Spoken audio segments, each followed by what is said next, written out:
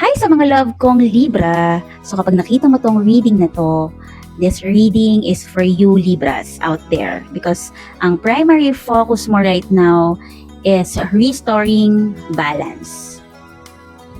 So if you are in a relationship, you are leveling up the playing field. If you have been doing all the emotional heavy lifting ng inyong connection, I think you are trying to tell this person by using gentle conversation yung mga bagay-bagay na kailangan niyang malaman. I think kailangan mong sabihin itong tao, kailangan mong sabihin ang mga bagay-bagay na ito, Libra, sa iyong person in order for your partner to step up. Mukhang may ganung atake ka dito. And mukha namang, sa nakikita ko based on your cards, ay mukha namang makikipag-cooperate ang person mo. So now let's see what else do you need to know.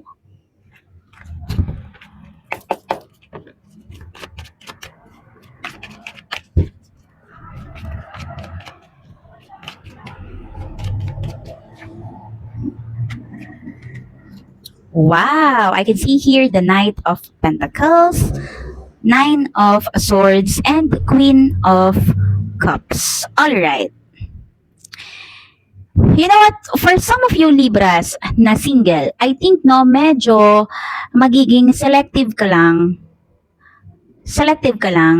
sa iyong connection with your circle. With the Knight of Pentacles, hindi masyadong nagmamadali.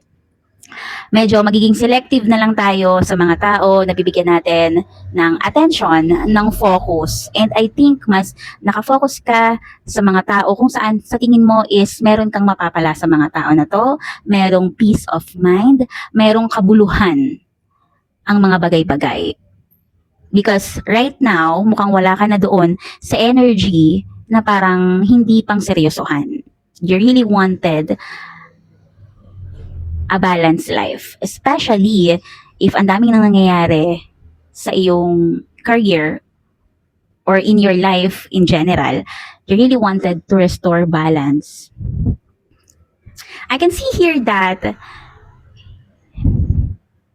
you are thinking, especially at night, mukhang ang dami mong iniisip and you really don't want na ma-disappoint ang mga taong mahalaga sa'yo. But right now, I can feel na unti-unting naiintindihan mo at nagkakaroon ka ng clarity na hindi lahat ng bagay na iniisip mo, your mga negative thinking mo ay totoo. I can see here a person that will really try to understand you with a level of maturity na hindi mo naranasan sa ibang tao or sa iyong mga previous connection. I can see a person here na merong intention to give you a relationship or a commitment or a communication na hindi rin namang padalos-dalos. This person has empathy. This person cares about you, Libra. And I think the universe wants you to trust the process. To let go all the negative energy. Kasi kapag pinagpatuloy mo ang mga negative thinking na yan, you can really feel it until you embody it, until yun na ang talagang pinapaniwalaan mo. So, let's see what else do you need to know.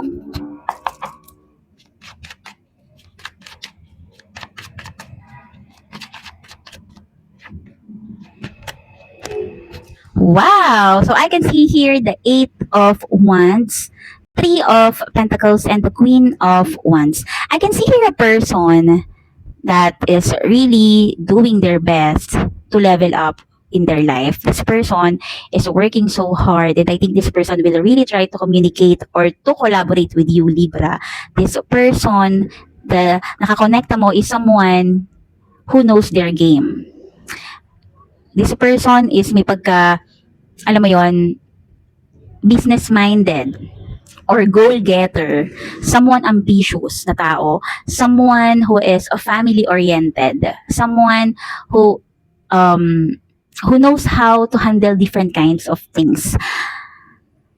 And I think itong tao na to is also planning to see you in the future. I can see a travel or movement forward in the future, Libra.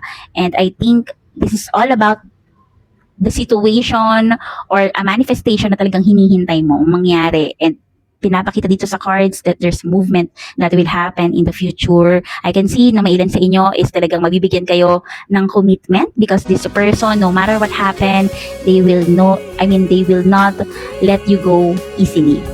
I think this relationship is talaga namang susubukin kayo at ito yung relationship na hindi nyo pakakawalan ng isa't isa ng ganun lang kadali.